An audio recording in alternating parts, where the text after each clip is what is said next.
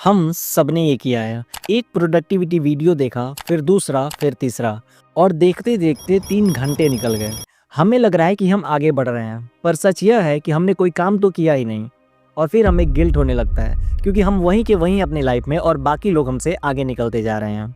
मैं class 12th में था जब मुझे पहली बार सेल्फ इम्प्रूवमेंट कंटेंट मिला, संदीप मैसूरी का। मैंने सारी वीडियोस देख डाली, बहुत कुछ सीखने को भी मिला, पर क्रिएटर्स बदलते गए, मैं और ज्यादा कंटेंट कंज्यूम करने लगा। जो नहीं बदला वो थे मेरे एक्शंस। पर मैंने कैसे खुद को इस माया जाल में फंसने से रोक रखा है, इसे समझने से पहले ये जानते हैं कि इससे बाहर निकलना इतना मुश्किल ही क्यों है। क्योंकि सच यह है कि सेल्फ इम्प्रूवमेंट कंटेंट देखना भी एडिक्टिव हो सकता है।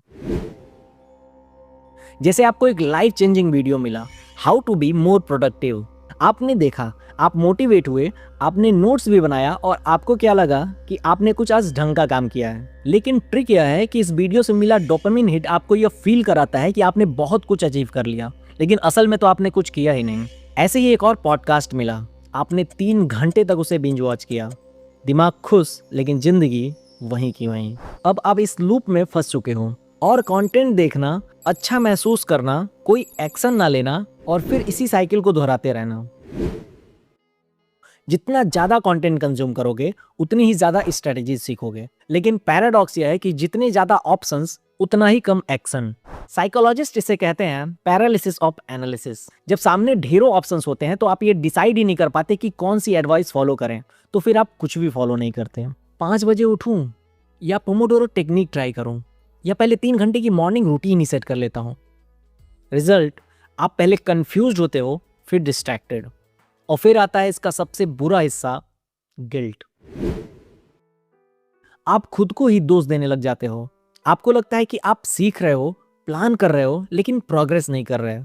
फिर लगता है मैं ही लेजी हूं, मुझ में ही डिसिप्लिन नहीं है, मुझे और वीडियोस देखने होंगे खुद को ठीक करने के लिए। आप फिर से उसी लूप में फंस गए।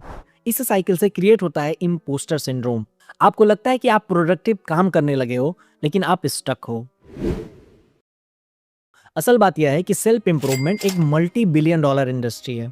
ये बनाई गई है आपको और ज्यादा कंटेंट देखने के लिए, ना कि कुछ काम करने के लिए। चाहे क्रिएटर्स हो या एप्स, इन्हें फायदा तब होता है जब आप इस लूप में फंसे रहो, इनके कंटेंट पर डिपेंड रहो और हमेशा लौटो एक और नए टिप के लिए। लेकिन सेल्फ इंप्रूवमेंट कंटेंट का सही मतलब है वही बोरिंग, मुश्किल काम करना, तब भी जब आपको कोई देख भी नहीं रहा। अब सवाल यह है कि इससे बाहर कैसे निकलें। मुझे इस मायाजाल से निकलने में इस बुक ने बहुत हेल्प किया, digital minimalism by Cal Newport. इसे जरूर पढ़िएगा, मैं लिंक डिस्क्रिप्शन में डाल दूंगा। तो ये रहा 3 स्टेप सॉल्यूशन जो सच में काम करता है। स्टेप 1, कंटेंट लिमिट सेट करो। पहले तो आप जिस ऐप पर भी अपना कंटेंट कंज्यूम कर रहे हो, आई होप सभी पे नहीं कर रहे, जहां भी कर रहे हैं, वहां पहले टाइम लिमिट सेट करो। सिर्फ 30 मिनट रोज कुछ नया सीखने के लिए, बस। बाकी सारा दिन एग्जीक्यूशन मोड। स्टेप 2, सिर्फ एक स्ट्रेटेजी चुनो। एक साथ हर चीज फॉलो करने की कोशिश मत करो। वो कहते हैं ना, आधी छोड़ पूरी को धावे, आधी मिले ना पूरी पावे। यह सच है। सिर्फ एक मेथड चुनो, सिर्फ एक कोई हैबिट या रूटीन, और 30 दिन तक उसी पर टिके रहो। Step 3, action before consumption. हर बार नया वीडियो देखने से पहले खुद से पूछो, क्या जो भी मैंने कुछ सीखा उसे अप्लाई किया? अगर नहीं तो कुछ भी नया मत देखो। आप पहले से ही जरूरत से ज्यादा इंफॉर्मेशन अपने दिमाग में इकट्ठा कर चुके हो। कंटेंट को कंफर्ट जोन मत बनने दीजिए। असल ग्रोथ वही होती है जब आप डिस्ट्रैक्शंस को साइड करते हो और हर रोज वही काम करते हो जो करना जरूरी है।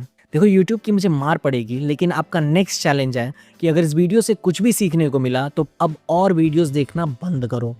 जो भी सीखा है उसे पहले अप्लाई करना शुरू करो। इस वीडियो को शेयर कीजिए अपने उस लव्ड वन के साथ जिसे आप इस कंटेंट की लूप से बाहर निकालना चाहते हो। तब तक के लिए ऑल द बेस्ट।